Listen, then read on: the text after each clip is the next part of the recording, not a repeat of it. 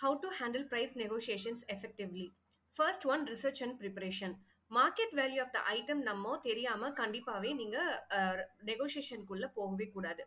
Next, initiate with reasonable offer. ஒரு ஸ்ட்ராங்கா இந்த பாயிண்ட்டுக்கு மேல என்னால இந்த ப்ராடக்ட் செல் பண்ண முடியாது அப்படிங்கிற மாதிரியான ஒரு பாயிண்ட் ஆஃப் பிரைஸ் நீங்க எடுத்துட்டு தென் நீங்க வந்து நெகோசியேஷனுக்கு போறது கண்டிப்பாவே better idea. Third, active listening and understanding. உங்களோட பையரோ இல்ல செல்லரோ என்ன பெர்ஸ்பெக்டிவ்ல பேசுறாங்க அப்படிங்கறத ஆக்டிவா லிசன் பண்ணிட்டு தென் உங்களோட ஆஃபரை நீங்க சொல்றது வந்து it's always a best thing. Fourth, highlight value and benefits. So ஒரு செல்லராவோ இல்லை ஒரு பையராவோ உங்க ப்ராடக்ட்டோட யூனிக் ஃபீச்சர்ஸ் என்ன, அதோட குவாலிட்டி என்ன, பெனிஃபிட்ஸ் என்ன, எல்லாத்தையுமே வந்துட்டு ப்ராப்பரா ஆஸ்கிங் ப்ரைஸ் என்ன, எல்லாத்தையும் ப்ராப்பரா ஹைலைட் பண்றது இஸ் இஸ் அ மஸ்ட்.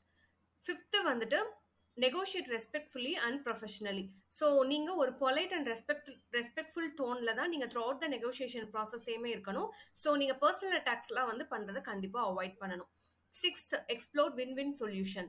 ஒரு கிரியேட்டிவ் சொல்யூஷன் யூஸ் பண்ணி ரெண்டு பேத்துக்குமே வந்துட்டு ஒரு வின் வின்ல ஒரு மிடில் கிரவுண்ட்ல நீங்க அந்த டீலை முடிக்கிறதா எப்பவுமே good way of signing up the good negotiation அப்படின்னு நம்ம சொல்லலாம்.